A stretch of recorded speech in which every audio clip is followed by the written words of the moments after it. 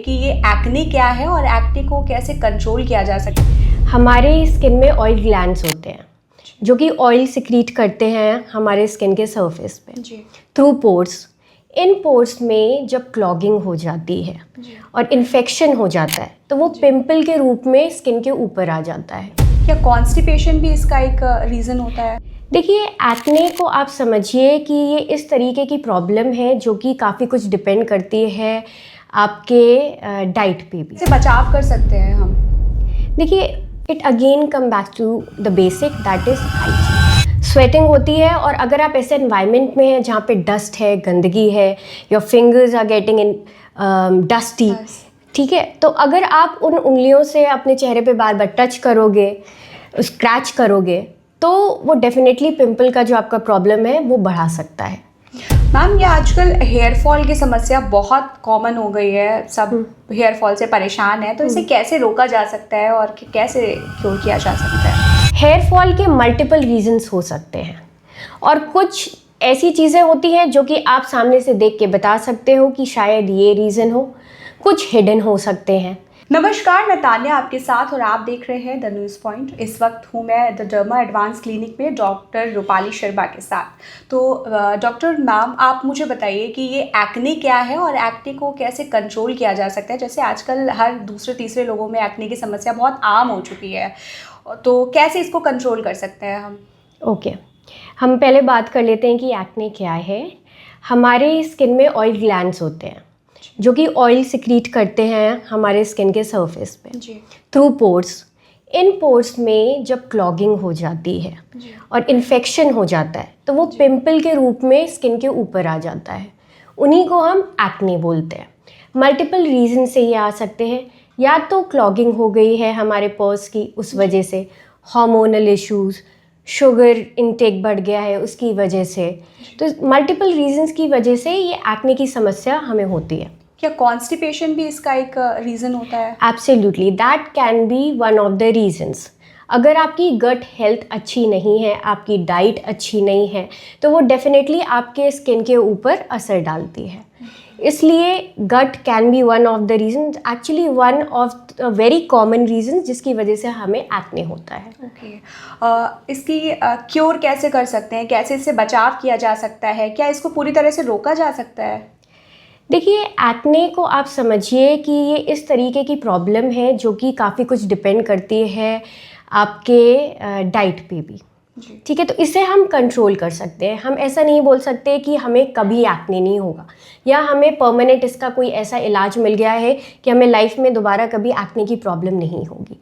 Breakouts होते हैं, acne होते हैं, पर हाँ, डेफिनेटली हम उसे कंट्रोल करके रख सकते हैं। कैसे? नंबर 1, हाइजीन मेंटेन करके रखें, क्योंकि एक्ने किस वजह से होता है कि हमारे ओपन पोर्स जो हैं स्किन में, उसमें जब हमारे ऑयल सिक्रीशन के साथ बैक्टीरियल एक्शन होता है तो वहाँ इन्फेक्शन हो जाता है, जिसकी वजह से वो एरिया थोड़ा स्वॉलन हो जाता है, टेंडर हो जाता है, छूने पे दर्द देता है। हमारी बॉडी उसे फाइट करने की कोशिश कर रही है। अगर आप अपनी स्किन को क्लीन रखेंगे, बाहर से डाइट अच्छी लेंगे, अंदर और बाहर से हमारा सिस्टम क्लीन रहेगा, तो एक्ने की समस्या नीचे चली आएगी। अब हम बात कर सकते हैं कि इसे कंट्रोल करने के लिए हम बाहर से क्या क्या कर सकते हैं। There are number of treatments जो कि हम अपने क्लिनिक, अपने डॉक्टर के पास जाके जिसके बारे में बात कर सकते हैं। बहुत सुपरफिशियल ट्रीटमेंट्स भी हैं इसके लिए, depending on the severity of your acne problem हम इसके लिए ट्रीटमेंट सजेस्ट करते हैं। अब अगर बात करें कि एज अ लेमैन आप क्या कर सकते हो, number 1, keep your skin clean and hydrated. अगर आप फेस वॉश यूज़ कर रहे हो तो आप थोड़े से ऐसे फेस वॉश यूज़ कर सकते हो जिसमें एक्टिव इंग्रेडिएंट होते हैं, जैसे कि सैलिसिलिक एसिड। आप मॉइस्चराइज़र यूज़ करते हो तो ऐसा मॉइस्चराइज़र यूज़ करें जो कि काफ़ी लाइट हो, जेल बेस्ड हो। सनस्क्रीन यूज़ कर रहे हो आप तो प्रेफर करो कि मैटिफाइंग सनस्क्रीन यूज़ कर रहे हो।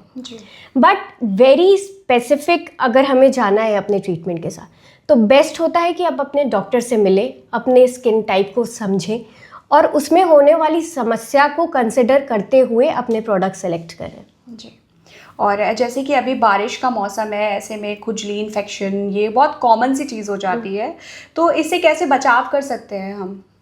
देखिए, it again come back to the basic, that is hygiene.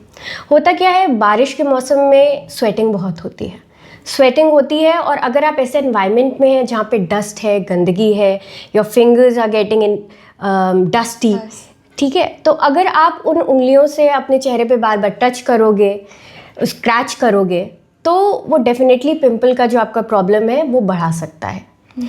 Dehydration is another reason. कभी कभी होता क्या है, हमारी स्किन काफ़ी ऊपर से डिहाइड्रेट हो जाती है, उस डिहाइड्रेशन को कॉम्पनसेट करने के लिए हमारी स्किन और ऑयल बनाती है। इन दैट सिनेरियो ऑल्सो हमारा जो स्किन है वो और ज़्यादा ऑयली हो जाता है। तो बेसिकली हमें एक बैलेंस अचीव करना है आउटर एनवायरनमेंट के साथ, जो कि हमें इन प्रॉब्लम्स से बचाए या इन प्रॉब्लम्स को कम करे।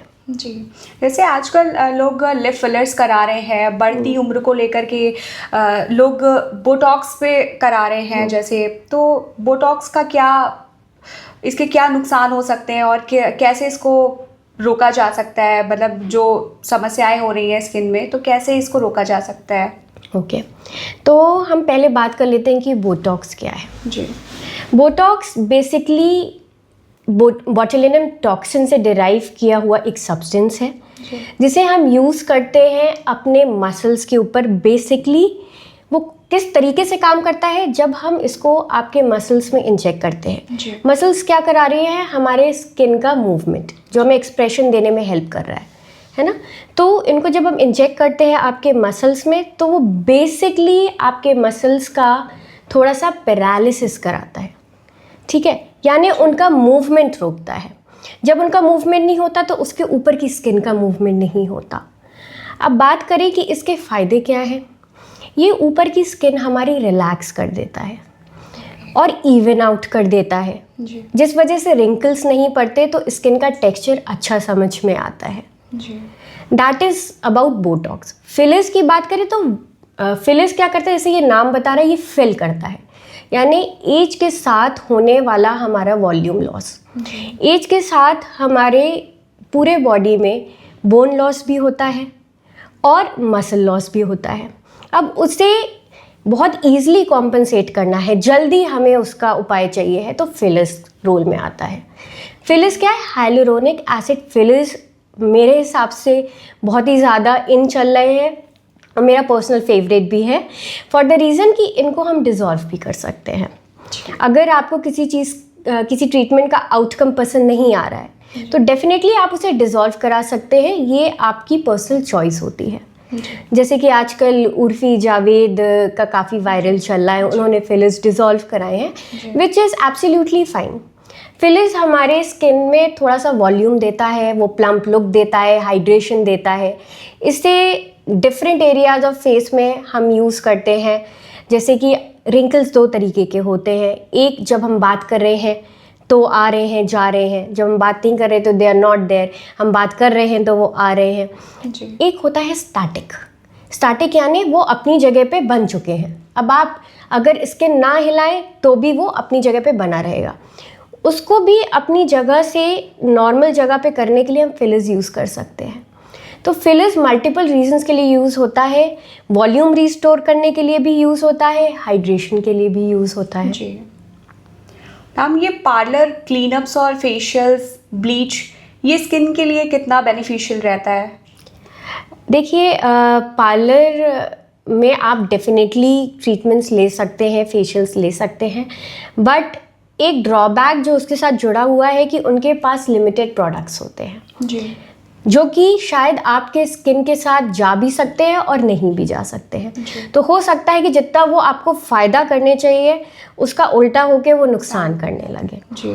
इसलिए इम्पॉर्टेंट ये है कि आपको अपना स्किन टाइप पता होना चाहिए, आपको अपनी स्किन के बारे में नॉलेज होनी चाहिए ताकि आप बेटर चॉइसेस कर सकें। अगर पार्लर में भी आपको कोई प्रोडक्ट सजेस्ट किया जा रहा है तो वो आपकी स्किन के लिए जाएगा कि नहीं जाएगा वो आपको पता होना चाहिए, क्योंकि क्लिनिक्स में जो भी ट्रीटमेंट्स यूज़ होते हैं, बी इट फेशियल या पील्स, वो बड़े स्किन स्पेसिफिक यूज़ होते हैं। जी। आपकी स्किन में कोई समस्या है, आपकी स्किन टोन कैसी है, आपको स्किन में कोई प्रॉब्लम तो नहीं है ना, आप किसी चीज़ से एलर्जिक तो नहीं है, इन सबको कंसिडर करते हुए आपके लिए ट्रीटमेंट चुना जाता है। पार्लर्स आर वेरी गुड अगर आपको एक रिलैक्सिंग ट्रीटमेंट चाहिए है, हाँ मसाज चाहिए है, which is very good for your skin. लेकिन अगर आप उन कैटेगरी ऑफ लोगों में, उन परसेंटेज ऑफ लोगों में बिलोंग करते हैं जो कि अपनी स्किन को लेके थोड़ा कंसिडरेट रहते हैं, देन हाईली सजेस्टेड रहेगा कि पहले अपनी स्किन टाइप समझ लें ताकि आप बेटर चॉइसेस कर सके, चाहे वो क्लिनिक हो या वो पार्लर हो। जी मैम, ये आजकल हेयर फॉल की समस्या बहुत कॉमन हो गई है, सब हेयर फॉल से परेशान है, तो इसे कैसे रोका जा सकता है और कैसे क्योर किया जा सकता है? हेयर फॉल क्यों हो रहा है ये समझना सबसे ज़्यादा ज़रूरी है before going to the treatment. Hair fall के मल्टीपल रीजंस हो सकते हैं और कुछ ऐसी चीज़ें होती हैं जो कि आप सामने से देख के बता सकते हो कि शायद ये रीज़न हो, कुछ हिडन हो सकते हैं जैसे कि शायद आप किसी ट्रीटमेंट की और दवाई ले रहे हो, या फिर आपकी डाइट अच्छी नहीं हो, या स्लीप साइकिल अच्छी नहीं हो, या कोई नया रोग हो जिसकी वजह से हेयर फॉल हो रहा हो।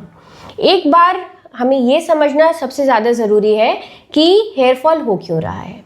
अगर हम मोटा मोटा बात करें, ऑन द टेबल हमारे पास कौन कौन से ऐसे ट्रीटमेंट हैं जो कि हेयर फॉल में हेल्प करते ही करते हैं, तो उसमें बहुत कॉमन ट्रीटमेंट आता है hair PRP, hair GFC, micro needling, good serums, good diet, exercise, और उसके अलावा कुछ टेस्ट हम रन करते हैं।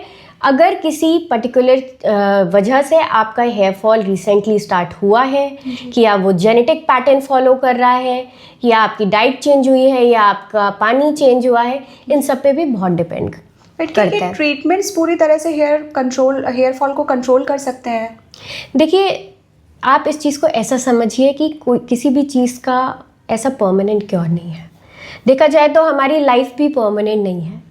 It is all about maintenance, है ना, अवेयरनेस एंड मेंटेनेंस। आपको अपना रूट कॉज पता होना चाहिए कि कोई मुझे समस्या हो रही है तो किस वजह से हो रही है। ओवर द काउंटर्स बहुत सारी दवाइयाँ, बहुत सारे प्रोडक्ट्स मिलते हैं और just because they are trending हम उन्हें यूज़ करते हैं, पर कभी कभी ऐसा होता है कि वो हमें नुकसान भी कर जाते हैं, जिसका मैं आपको बहुत सिंपल सा एक एग्जाम्पल दूंगी। रेटिनॉल्स आर वेरी फेमस, बहुत ज़्यादा पॉपुलराइज चल रहे हैं, पर उनके साथ जो समस्या है कि कोई नया इंसान इस्तेमाल करता है तो ये नहीं पता होता कितना करना है, कैसे करना है।